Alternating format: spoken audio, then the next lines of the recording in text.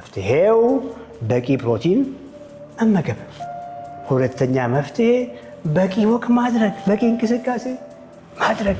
ስለዚህ አሁን ግንዛቤ አግኝታችኋል። ጤፍ ይሻላል፣ እንጀራ ይሻላል። ሁለቱም መጥፎ አይደሉም። የፋይበር እንደዚህ ነው። ኦኬ ኖርማል ማትሪክሱ እንደዚህ ነው። ልክ ወፍጮ ቤት ሲገባ ደግሞ ይሄን ስትራክቸር የፋይበሩ ስትራክቸር ተመቷል። ምሳሌያችን ገብስ በመሆኑ እንጂ የስንዴ ዱቄትም እዛ አካባቢ ነው፣ የአጃ ዱቄትም እዛ አካባቢ ነው። እህሎች ናቸው። እህል ነው። እንደዛ ነው እንደስታ ማድረግ ያለባቸው። አሁን ባልኳችሁ መንገድ ግን አላርግ ካልና እንጀራን ዋና ምግብ አድርጎ በከፍተኛ ወጥ፣ በከፍተኛ የሽሮ ወጥ፣ በከፍተኛ ምስር ወጥ፣ በከፍተኛ ክክ ወጥ፣ በዘይት በቅቤ ልብላ። ጀስት የተፈጨ ሽሮ ከተፈጨ እንጀራ ጋር ልብላ በከፍተኛ ዘይት ቅቤ ካለ በአጭር ጊዜ ውስጥ ጡንቻውን እያጣ ቦርጫም እየሆነ ሁልጊዜም እንደምናወራው እዛች መስላል ላይ ይወጣል ማለት ነው። ገብስ ዳቦ አሁንም ልክ እንዳልኳችሁ ወጣውጡን በዘይት በቅቤ እየበላ ቢቀጥል ሴም ቲንግ ሀፕን ያደርጋል ማለት ነው። እንጀራችን መጥፎ ነው አይደለም። ገብስ ዳቦ መጥፎ ነው አይደለም። ከወፈረና ስኳር ከሌለበት ሰውዬ ይልቅ ወፍሮ ስኳሩ ከፍ ያለ ሰው በጣም ታሟል ማለት ነው። መድኃኒት ላይ ያለ ሰው እንጀራን እየበላ ዳቦን እየበላ ፈጽሞ አይሆንም። ኳሊቲ ፕሮቲኖችን ይመገባል፣ አትክልት ፍራፍሬዎችን ይመገባል፣ ኤክሰርሳይዝ ይሰራል። ለውጡን እያየ መድኃኒቶቹ ይቀነሱለታል። ያን እያደረገ እንጀራን መልሶ ማይበላበት ምንም ምክንያት የለም ማለት ነው። ተፈጥሮን እያደነቁ በሰላም መኖር ይፈልጋሉ? መልሶ አዎ ከሆነ በመገናኛ ጫካ ፕሮጀክት የሚገኘውን የቴምር ሪል ስቴት ዘመናዊ መኖሪያ ቤቶችን ይመልከቱ። በአረንጓዴ አካባቢ ንጹህ አየርና ምቹ የከተማ ኑሮ እርስዎን ይጠብቅዎታል። ያውም በ35 በመቶ ልዩ ቅናሽ ጋር ስቱዲዮ እስከ ባለ 3 መኝታ ድረስ የቤት አማራጮች አሉን። በአንዴ ለምትከፍሉ ስቱዲዮ 2.7 ሚሊዮን ብር፣ ባለ 1 መኝታ 4.8 ሚሊዮን ብር፣ ባለ 2 መኝታ 7.3 ሚሊዮን ብር፣ ባለ 3 መኝታ 9.7 ሚሊዮን ብር። በአንዴ መክፈል ለማትችሉ ሁለት የክፍያ አማራጮችን ይዘን ቀርበናል። የመጀመሪያው 20 በመቶ ቅድመ ክፍያ በመክፈል ቀሪውን ያለ ወለድና የዋጋ ጭማሪ መክፈል ይችላሉ። ሁለተኛው 40 በመቶውን ቅድሚያ ከፍለው 60 በመቶውን ቤቱን ሲረከቡ መክፈል ይችላሉ። ውጭ ሀገር ለምትኖሩ ደንበኞቻችን ወኪል ሳያስፈልጎት ውሎን በዲኤችኤል ያሉበት ቦታ ድረስ እንልካለን። ለበለጠ መረጃ በ0974 60 7676 ይደውሉ። ቴምር ፕሮፐርቲስ።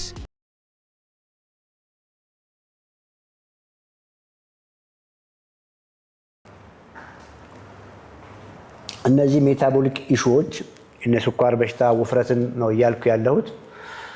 አንድ ፋክተር የላቸውም ወይ ምግብ ብቻ አርጋችሁ አታስቡ። ብዙ ነገር አለ። ቢኮዝ አሁን ሩት ኮዙን ወደ ውስጥ እየሄዳችሁ ስታዩት ህመሙ የሚጀምረው አት ዘ ሴል ሌቭል ነው። ሴሎቻችን ነው። ሴሎች በአይን የማይታዩ ማይክሮስኮፒክ ስትራክቸሮች ናቸው። ሴሎች ቲሹ ይሰራሉ። ቲሹዎች ደግሞ የተለያየ ፐርፐዝ ያላቸውን ኦርጋኖች ይሰራሉ። ሴሎች ውስጥ ነው የታመም ነው። ከሴልም ደግሞ ኢነርጂን ፕሮሰስ የሚያደርጉ ሴሎች አሉ። ሚቶኮንድሪያ ፐርፐዙ የበላነውን ምግባችንን አት ዘ ኤንድ ወደ ፋይናል ሰብስትሬት ይቀየርና ግሉኮስ፣ ፋቲ አሲድ፣ አሚኖ አሲድ ሲሆንና ጀስት ወደ ኃይል መቀየር አለበት። ቢኮዝ እኛ በሶላር ኢነርጂ ፓወርድ የሆንን ፍጥረታት ምንኛ ሶላር ኢነርጂው ነው ባይዜ እየበላን እንጀራ ስንበላ፣ ዳቦ ስንበላ፣ ካርቦሃይድሬቶችን ስንበላ፣ ዘይት ቅቤውን፣ አቮካዶ ኤኒቲንግ ስንበላ፣ ፕሮቲኑን ምንም ስጋውን ማሳውን ስንበላ ኃይል ነው እያስተላለፍን ያለ ነው። ያ ኃይል ከየት ነው የመጣው? ፀሐይ ብርሃን የመጣ ነው። ቻርጅ የተደረግነው ሶላር ኢነርጂ ነን ማለት ነው። ያንን ምንበላውን ነገር ተፈልቅቆ መጨረሻ ላይ ከውስጡ የሚወጣው ከፀሐይ ብርሃን ያገኘነው በፎቶሲንተሲስ ያገኘነውን ኃይል ይወጣና ሚቶኮንድሪያ ፐርፐዙ ያንን ሰውነት ወደሚያውቀው ኤቲፒ ኮንቨርት አድርጎ ሴሎቻችን ኃይል አግኝቶ እንዲጠቀሙ ማድረግ ነው። እቺን ሚቶኮንድሪያ ዳሜጅ የሚያደርጓት በጣም ብዙ ነገሮች ናቸው። ትልቁ ነገር ኤነርጂ ቶክሲሲቲ ነው። ከፍተኛ ኃይል ሰጪ ምግብ ምንበላው ቅድም እንዳልኳችሁ ከፍተኛ ዘይት፣ ከፍተኛ ቅቤ፣ ከፍተኛ እንጀራ፣ ከፍተኛ ዳቦ፣ ለስላሳው፣ ጁሱ፣ ሶፊው፣ አልኮሉ ይሄ በሙሉ ከፍተኛ ኃይል ሰጪ ምግብ አንድ ላይ ተነባብሮ ይጎዳታል። ስትሬስ ይጎዳታል፣ ከፍተኛ ጭንቀት ይጎዳታል፣ በቂ ፀሐይ ብርሃን አለማግኘታችን ይጎዳታል፣ ሴደንተሪ ላይፍ ይጎዳታል፣ አለመንቀሳቀሳችን ይጎዳታል። ፔስቲሳይድ በየምግቦቻችን የሚጨመረው ፍራፍሬዎች ላይ አትክልቶች ላይ የሚጨመረው ኢንሴክቲሳይድ፣ ፔስቲሳይድ፣ ጸረ አረም፣ ጸረ ተባይ በሙሉ እኛ ምግብ ላይ ኮንሱም የማድረግ እድላችን በጣም ሀይ ነው። ስሞኪንግ፣ አልኮል፣ የተለያየ በአየር በኩል በተበከለ አየር ከተማ ላይ በጣም ከፍተኛ የሆነ ፖሉሽን አለ። ይሄ ሁሉ አዘ ኤንድ ከውስጥ ነው ዳሜጅ የሚያደርገን። ዳሜጁ ከውስጥ ነው። ያቺ አክቲቭ የነበረችዋ ጎረምሳ ሆነን አክቲቭ የፈለግነውን በልተን ወዲያው ፕሮሰስ የምታደርገው ማሽን እየደከማት ትመጣና አዘ ኤንድ ብዙ ፕሮሰስ ማድረግ ያቅታታል።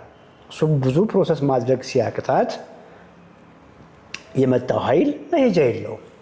ጀስት ጠዋትም ላይ ከፍተኛ ኃይል ሰጪ፣ ቀንም ላይ ከፍተኛ ኃይል ሰጪ፣ ማታም ላይ ከፍተኛ ኃይል ሰጪ፣ ኒውትረንት ዋይዝ ግን በቂ ንጥረ ነገር ያሌለው ምግብ፣ በቂ ፕሮቲን ያሌለው፣ በቂ ሚነራልስ ያሌለው፣ በቂ ቫይታሚን ያሌለው፣ በቂ ኤሴንሻል ፋቲ አሲድ ያሌለው፣ በቂ ፋይበር ያሌለው ምግብ ነው እንግዲህ ቁርስም ምሳም ላይ እራትም ላይ የምንበላው።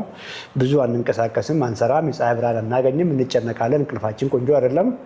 ይሄ ሁሉ ተደምሮ ያለ እድሜያችን ሚቶኮንድሪያችን ዊክ መሆን ጀመረች። ልክ ወፍጮ በደንብ ይሰራ የነበረ ማሽን ከጊዜ በኋላ ሰርቪስ ይፈልጋል። ሰርቪስ ካልተደረገ እየደከመው ይመጣል። ሰውየው ይሄንን ምንም ያውቀው ነገርም ሁልጊዜ ሴም ምግብ ይሰጠዋል። ኃይል ሰጪ ምግቦች መጨረሻ ላይ መሄጃ ስለሚያጡ እኛ ውስጥ ስቶር ያደርጋሉ። መጀመሪያ ላይ ከቆዳችን ስር እየፋፋን እንሄድና አዘይን ከቆዳችን ስር ላይ ያለ ዲፖ ይሞላና ኢንተርናል ወደ ውስጣችን ፋት መቀመጥ ካሌለበት ቦታ ውጭ መጠራቀም ይጀምራል። ፋት ጉበት ላይ ፈጽሞ መቀመጥ የለበትም። ጣፊያ ላይ ፋት መቀመጥ የለበትም።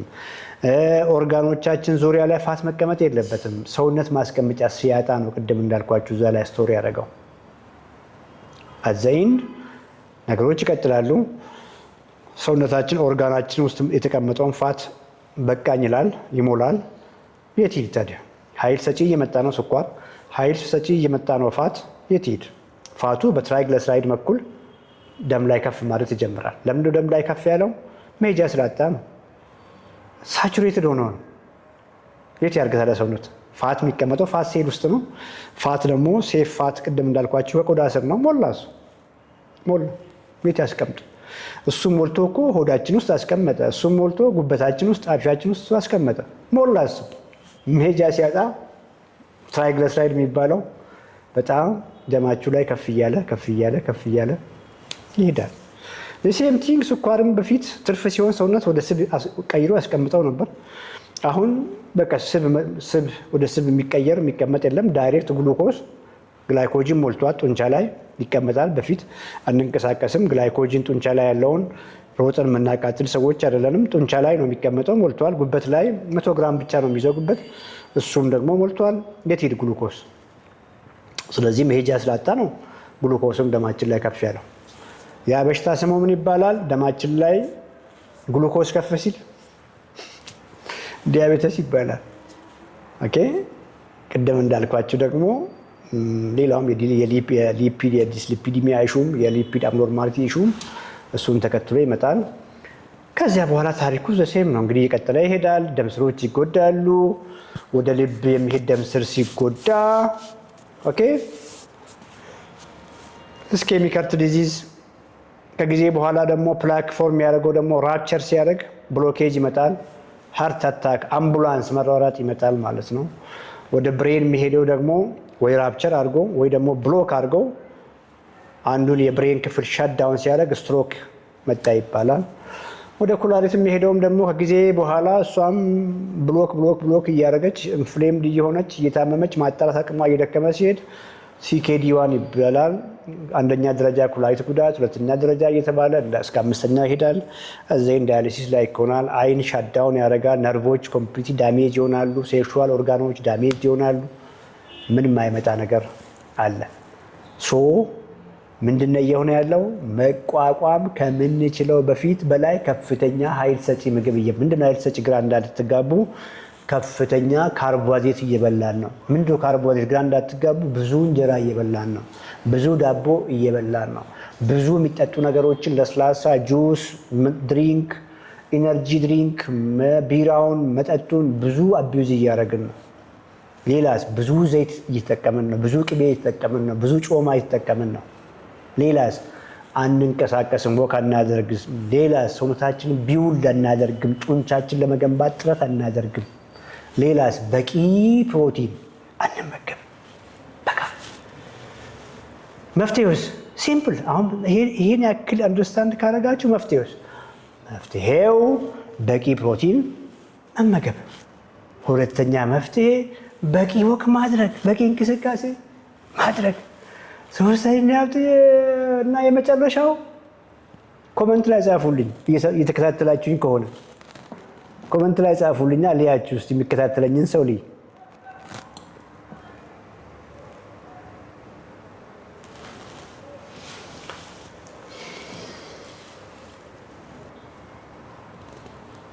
ስሊፕ ቆንጆ ነው። ከሱ በላይ ሁልጊዜ የምናወራው ክሪቲካል ነው ብዬ የማወራው በቂ ፕሮቲን ማግኘት፣ የምግባችሁን ኃይል ሰጪ ምግቦችን ቅድም ያልኳችሁን መገደብ። ቢኮዝ ኃይል መሄጃ አጥቶ ብዙ ፋት ተሸክማችሁ የምትሄዱ ሰዎች ኦኬ፣ ብዙ ፋት ምግብ እኮ ነው። ትርፍ መሄጃ ያጣ ምግብ ተሸክማችሁ የምትሄዱ ሰዎች ያ ስብ እኮ ፕሮቲን አይደለም። አንዲት ግራም እቺ የምታክል ግራም ፕሮቲን ወደ ፋት ሄዶ አይቀመጥም። እየተሸከማችሁት ኢነርጂ ነው። ኢነርጂ ማን ነው? ፋትና ካርቦሃይድሬት ነው። ስለዚህ ፋትና ካርቦሃይድሬት መቀነስ እኮ ሲምፕል ሎጂክ ነው። ለምንድነው የምትቀንሱት? ምክንያቱም ሰውነት የተሸከመውን እንዲጠቀም ነው የሚያስፈልገው። እንዴት ከውጭ ብዙ ዘይት፣ ቅቤ እንደ ጉድ እየወሰዳችሁ ብዙ እንጀራ፣ ዳቦ፣ ለስላሳ ጁስ እንዴት እየወሰዳችሁ ስቶር ያደርገው እንዴት ይጠቀማል?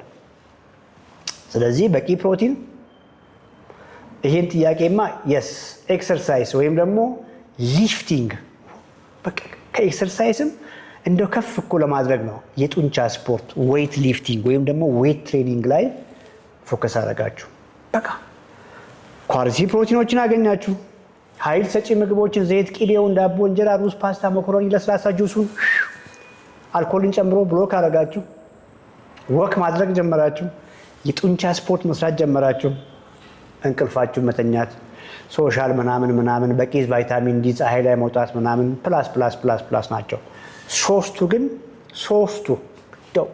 ሶስቱ በደንብ እንዲችን ብቻ ብትይዙ እኮ ቀላል ነው። በቂ ፕሮቲን ማግኘት፣ ኃይል ሰጪ ምግቦችን ከአትክልቶች፣ ከፍራፍሬዎች፣ ከጥራጥሬዎች፣ ከስራ ስሮች፣ ከሆል ግሬኖች ማግኘት፣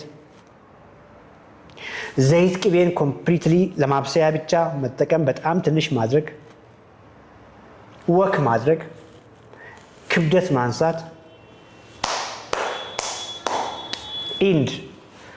ኢንድ ኦፍ ዘ ጌም ይሆናል። እነዚያው ገስት ሪኩዌስት ላኩ ልጆች።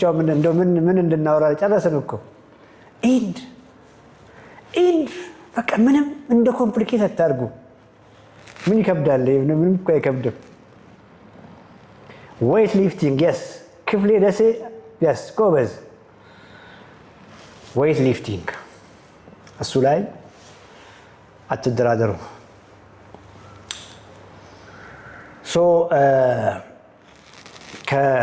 አሁን ከተማራችሁት አንጻር ከእንጀራና ከገብስ ዳቦ የትኛው ይበልጣል?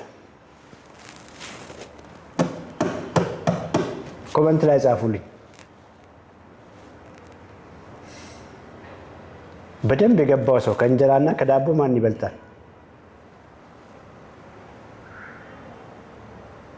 ገብስ፣ እንጀራ፣ ገብስ ዳቦ። ዜነብ የስ ሁለቱም ያው ናቸው። በቃ አንድ ማሳ ላይ ጤፍ ተዘራ፣ ገብስ ተዘራ። ሁለቱም ስሮቻቸውን መሬት ላይ ተከሉ። ሚነራል ሳክ አረጉ። ከሚነራሎች ውስጥ ደግሞ ዋናው ናይትሮጂን ነው፣ ፕሮቲን የሚሰራውን ሳክ አደረጉ። ፕሮቲን የሚመጣው ከመሬት ነው። አይገርምም? የእግዚአብሔር ስራ አንዳንዴ ይገርመኛል። ተአምር እኮ ነው። እውነት ለመናገር የፈጣሪ ስራ በጣም ተአምር ነው። ለህይወት ክሪቲካል የሚባሉት አመጣጣቸውን ሚነራልስ ቅድም ያልኳችሁ ናይትሮጂን ወይም ደግሞ የፕሮቲን ቤዝ ከመሬት ይመጣል። ኃይል ከየት ነው የሚመጣው? ከፀሐይ ይመጣል። ካርቦሃይድሬት እና ፋት የሚመጡት ሶላር ኤነርጂ ነው። ሁለቱን ኮምባይን አረገ። ስትራክቸራችንን ሁለመናችንን በፕሮቲን ሰራ። ሚነራልስ ቫይታሚንን ደግሞ እያንዳንዱ ሜታቦሊዝም ውስጥ የሚፈጠሩ ኬሚካል ሪያክሽኖችን በእነሱ ነው የሚካሄደው። ኃይል ደግሞ ዲናሞ ካርብና ፋትን ለዲናሞ ለኃይል መስጫ እሷን ኃይል ከዛ እንድናገኝ ያደርግና ሰራ። መኪና ተሰራ። ኦኬ። ከማደያ ደግሞ ነዳጅ ቀዳን። ነዳጁ ከላይ የሚመጣው ነው። በዳቦ መልክ በእንጀራ መልክ ብላችሁ ልታስቡት ትችላላችሁ። ኦኬ። ፋት ካርቦሃይድሬት ልዩነት የላቸውም። ብዙ ልዩነት የላቸውም። ኢነርጂ ሶርስ ናቸው። ሳማው ፋት ትናንሽ ስትራክቸራል ነገሮች ለሆርሞኖች ምናምን እንደዚህ ፐርፐዝ አለው። ሴል መምብሬን ላይ ፋት ኮምፖነንት አለው። ከዚያ ውጭ ግን ፕራይመርሊ የኢነርጂ ሶርስ ናቸው። ሶ ጤፏም ገብሱም ጎን ለጎን ከአንድ ማሳ ላይ ሲሚላር ከሆነ ሚነራል ኮምፖዚሽን ካለው አፈር ላይ ሳክ አድርገው አስቀመጡ። ቅጠሎቻቸውን ፀሐይ ላይ ዘረጉና በፎቶሲንተሲስ ምግብ አዘጋጁ። ጤፍ ደቃቅ የሆነች ነገር አዘጋጀች ፍሬዋን። ገብስ ከፍ ያለ ነገር አዘጋጀ። የኔ እናትና የማዘር ጎረቤት ተሸክመው አንደኛዋ ገብስ አስፈጩ፣ አንደኛዋ ጤፍ አስፈጩ። ቂጣ ጋግረው አበሉን እንበል። የገብስ ቂጣ፣ የጤፍ ቂጣ ስም ነው የሚለያየው። ቂጣ ነው፣ ዲፍረንስ የለውም። ጤፏ ቦካች፣ 3 ቀን 4 ቀን ቦካች። ጀስት በመኳቷ የተወሰነ አድቫንቴጅ አላት። የተወሰነ ፈርመንቴሽን ምናምን ሚነራል በደንብ አብዞርቭ እንዲያደርግ ሰውነታችን ያግዛል። ከዛ ውጭም ሳምሃው ሬዚስታንት ስታርች ፎርም ያደርጋል። ጤፍም ፋይበር አለው፣ ገብስም ፋይበር አለው። ጤፍም ፕሮቲን አላት፣ ገብስም ፕሮቲን አለው። ትንሽዬ ዘራቸው ይለያይ የለ ፈረንጅ አበሻ እንደሚለያየው ጤፍ ከፍ ያለ አይረን አለው። ጤፍ ከፍ ያለ ካልሽየም አለው። ገብስ ትንሽ ከፍ ያለ ፋይበር አለው። ገብስ ከፍ ያለ ትንሽ ፕሮቲን አለው ከጤፍ። ግሉተን የለውም ጤፍ። ገብስ ግሉተን አለው። ግሉተን ለአንዳንድ ሰዎች ግሉተን ሴንሲቲቪቲ ላላቸው ወይም ደግሞ ከፍ ያለ ሲሊያክ ዲዚዝ ላላቸው ከገብስ ይልቅ ጤፍ ይሻላል። ካርቦሃይድሬት ከጤፍ ይልቅ ገብስ ትንሽ ከፍ ያለ ካርቦሃይድሬት አለው። ካሎሪ ከፍ ያለ አለው ገብስ ከጤፍ። ግላይሲሚክ ኢንዴክስ ሁለቱም ተቀራራቢ ነው። ያም በመሆኑ ብዙ ጊዜ ስኳር ላለባቸው ሰዎች ገብስ ጤፍ ብሉ ወይም ደግሞ ጥቁር ጤፍ ብሉ ወይ ደግሞ ገብስ ብሉ እንላለን። ሁለቱም ግን ካርቦሃይድሬት ናቸው። ያንን ታማሚ ስኳሩን አንደር ሪሚሽን ለማምጣት ስኳሩን ለመቀልበስ ቃሉን እንግዲህ ስላጣው ነው ሪቨርስ አንደር ሪሚሽን ምናምን የምንለውን ቃል ኤግዛክት ቃሉን ስላጣው ነው። እና ጀስት ገብስ ዳቦ እየበላ አንድ ሰው ከስኳር መገላገል ከባድ ይሆናል። እንጀራም ዋና ምግቡን አድርጎ እየተመገበ ገብስንም ዋና ምግቡን አድርጎ እየተመገበ ሲሚላር ናቸው። መገላገል ከባድ ይሆናል ማለት ነው። ስለዚህ አሁን ግንዛቤ አግኝታችኋል። ጤፍ ይሻላል፣ እንጀራ ይሻላል። ሁለቱም መጥፎ አይደሉም። ሆል ግሬን ናቸው። አንድ ምግብ ሆል ግሬን ከሆነ ከውስጡ አሰር አልወጣም፣ ከውስጡ ኒውትረንት አልወጣም። ስለዚህ ሁሉ ነገር እዛ ጋር አለ። ጀርም አለው፣ ኢንዶስፐርም አለው፣ ሀስክ አለው። ጀስት ጤፉም ከነ ስትራክቸሯ ተፈይታን የመጣችው ገብሱም እንደዛ ነው የመጣው ማለት ነው። ሆል ናቸው፣ ሆል ግሬን ናቸው ሁለቱም። ብዙ ዲፍረንስ የላቸውም ማለት ነው። እንዴት እንመገብ ታዲያ? ቢኮዝ ካርቦሃይድሬቶች በጣም ስንበላቸው ደስ ይላሉ። ቅድም እንዳልኳችሁ ሆል ሲሆን ደግሞ ሁሉም ኒውትረንት እንዳለ ትራንስፈር ስለምናደርግ ለምሳሌ ንፍሮ ስንበላ እንዳለ ከተፈጨው ይልቅ ይሻላል። ንፍሮ ይሻላል። ቅንጬ ደግሞ ሳማው ተሸርክታለች። አፋችን ላይ ንፍሮ የሚቆየውን ያክል አይቆይም። ቢኮዝ ብዙ ማኘክ ይጠበቅብናል። አንድ ምግብ በጣም እንድናኝክ የሚያስገድደን ከሆነ ቆንጆ ነው። እዚህ ጋርም ይቆያል፣ ገብቶም ይቆያል ማለት ነው። ቅንጬ ከኖርማል ከንፍሮ ይልቅ ፕሮሰስ ተደርጋለች። ልክ አሁን ወፍጮ ቤት ሲገባ ደግሞ ዱቄት ሲሆን ሞር ፕሮሰስ ተደርገዋል። አፋችን ላይ ብዙ አይቆይም፣ ወዲያው ምናምን ገባ ማለት ነው። እታችንም አይቆይም፣ ሆዳችንም ላይ አይቆይም፣ አንጀታችንም ላይ አይቆይም። እንደሱ አድርጋችሁ ትረዱ። ፕሮሰሲንጉ ሳማው ብዙ ነገር ዳሜጅ ያደርጋል። ወፍጮ ቤት ሲሆን ደግሞ ያ ንፍሮ ስንበላ ዘሆል የፋይበሩ ስትራክቸር ማትሪክሱ የፋይበር እንደዚህ ነው። ኖርማል ማትሪክሱ እንደዚህ ነው። ልክ ወፍጮ ቤት ሲገባ ደግሞ ይሄን ስትራክቸር የፋይበሩ ስትራክቸር ተመቷል። በወፍጮ ቤት ሙቀት ብዙ ኤሴንሻል ኒውትረንቶች በሙቀት ይጠፋሉ። ፋቶቹ ኦክሲዳይዝድ ይሆናሉ።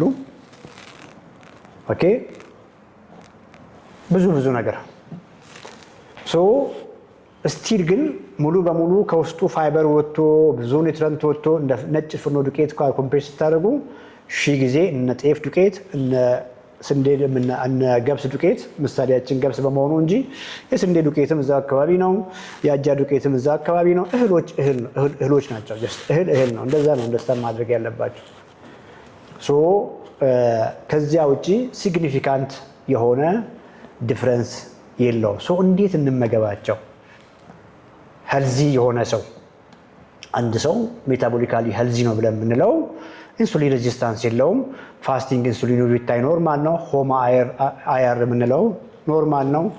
ክሮኒክ ሎግሬድ ኢንፍላሜሽን የለውም። መስል አለው፣ ጠንካራ መስል አለው። ቦርጭ የለውም። የወገቡ ልኬት ከቁመቱ ግማሽ በታች ነው። በእነዚህ በቦዲ ስካኖች ዴክሳም ሊሆኑ ይችላሉ። ሲታይ ምንም ቪዝራል ፋት የለውም። ጉበት ላይ ምንም ፋት የለውም። ሃይፐርቴንሽን የለውም። ኤዋንሲው ኖርማል ነው። ፋስቲንግ ብለድ ግሉኮሱ ኖርማል ነው። ሊፒድ ፕሮፋይሉ ኖርማል ነው። ዩሪክ አሲዱ ኖርማል ነው። ጀስት አቨሬጅ ሄልዚ ብለን የምናስበው ሰው እንበል። አሁን እንደዚህ ያነሳዋለ እንዴ? መኖሩን እጠራጠራለሁ። 40 ሞልቶት ወይም ኢቭን አሁን 30 እንኳን አልፎ 40 እንበል። 40 ሞልቶት አሁን ቅድም ባልኳችሁ መልክ ፐርፌክት የሆነ ሰው ማግኘት ሬር ነው አሁን። ቢኮዝ የብዙዎቻችን ምግብ ተመሳሳይ ነው።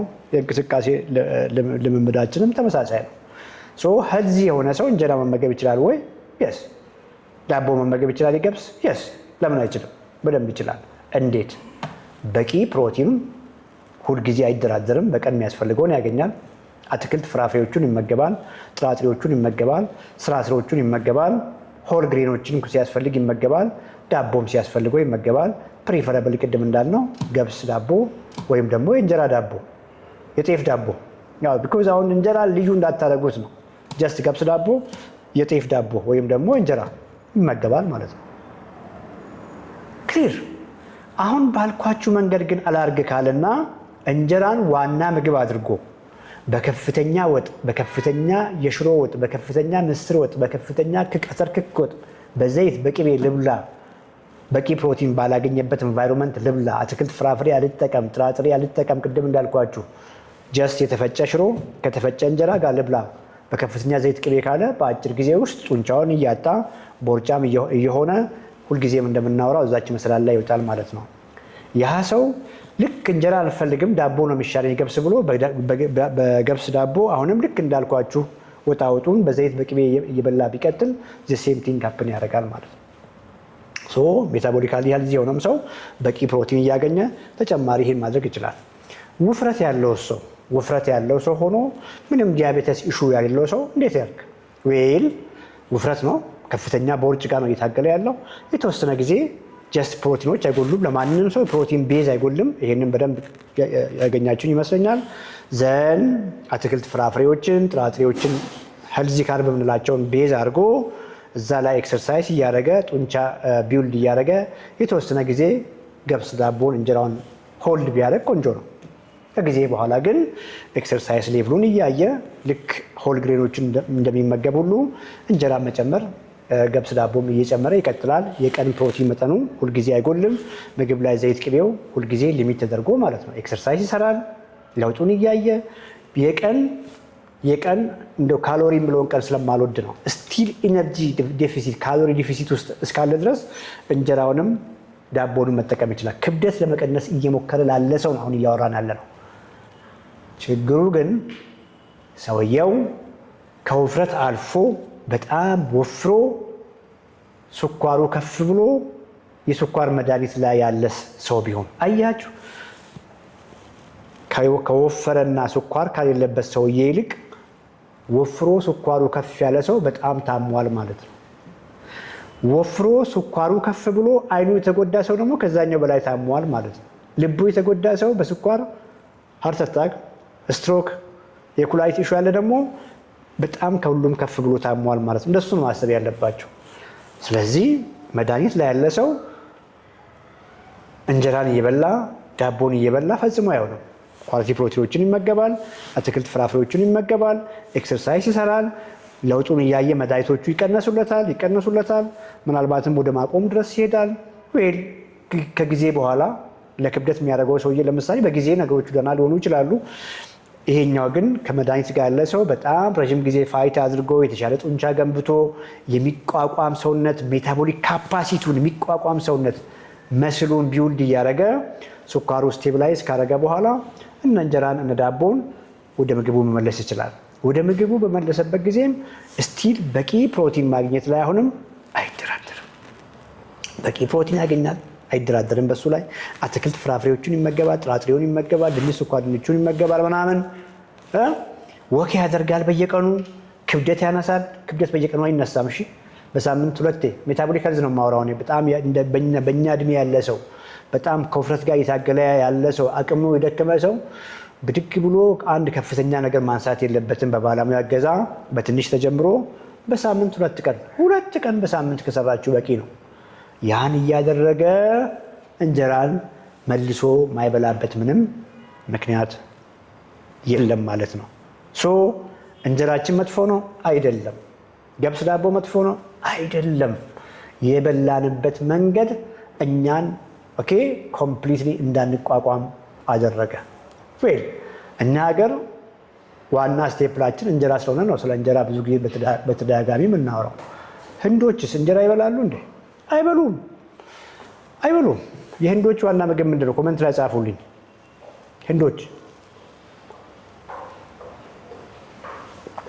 የህንዶችን ዋና ምግብ ጻፉልኝ ኮመንት ላይ።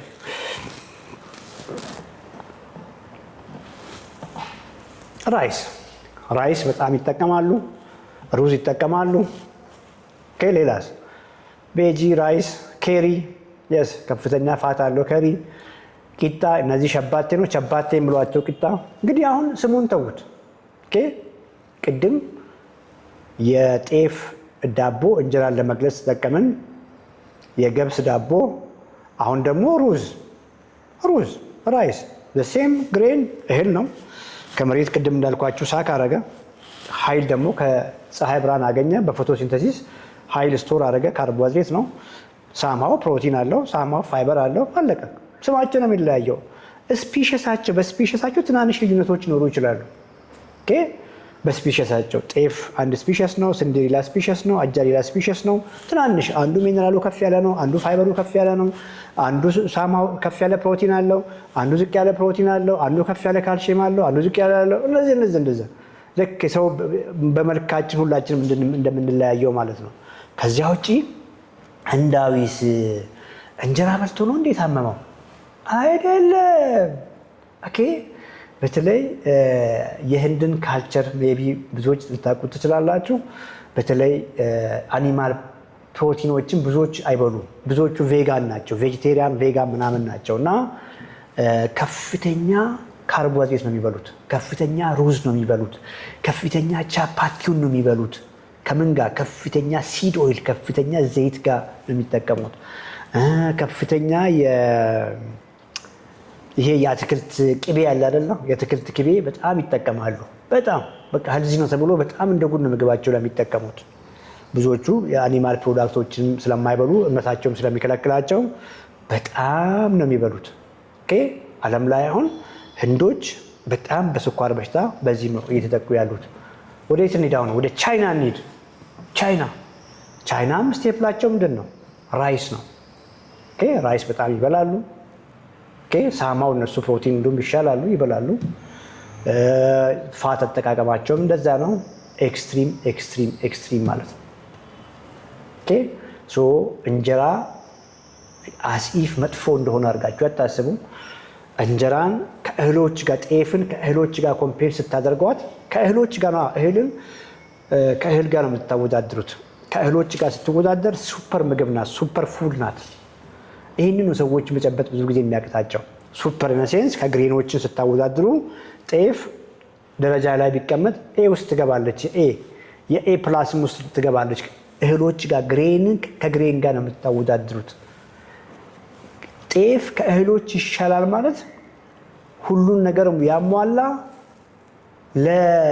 በሙሉ ጤንነት ለመኖር በቂ ምግብ ነው ማለት ግን አይደለም። ዓለም ላይ የአጫጭሮች ውድድር ተካሄዶ የአጫጭር ሰዎች ውድድር ተካሄዶ አንዱ ከአጫጭሮቹ ከፍ አለ ረዘመና አሸነፈ። ውድድሩ የማን ነው? የአጫጭሮች ውድድር ነው። ከነሱ መሀል ረዘመ። ያ ማለት ያ ሰው ረዥም ነው ማለት አይደለም። ጤፋችን ከእህሎች ጋር ኮምፔር ሲደረግ ምርጥ ነው፣ ምንም ጥያቄ የለውም። ቅድም አውርተናል። ሚነራልስ እና አይረን አሉት ምናምን አውርተናል። ፋይበር አለው አውርተናል። ግሉተን ፍሪ ነው አውርተናል። ግላይሰሚክ ኢንዴክሱ አነስተኛ ነው አውርተናል። ቤስት ነው። ዋና ምግብ ግን አይሆንም። ሲምፕል። ይህም በዛ መልክ ትረዱ።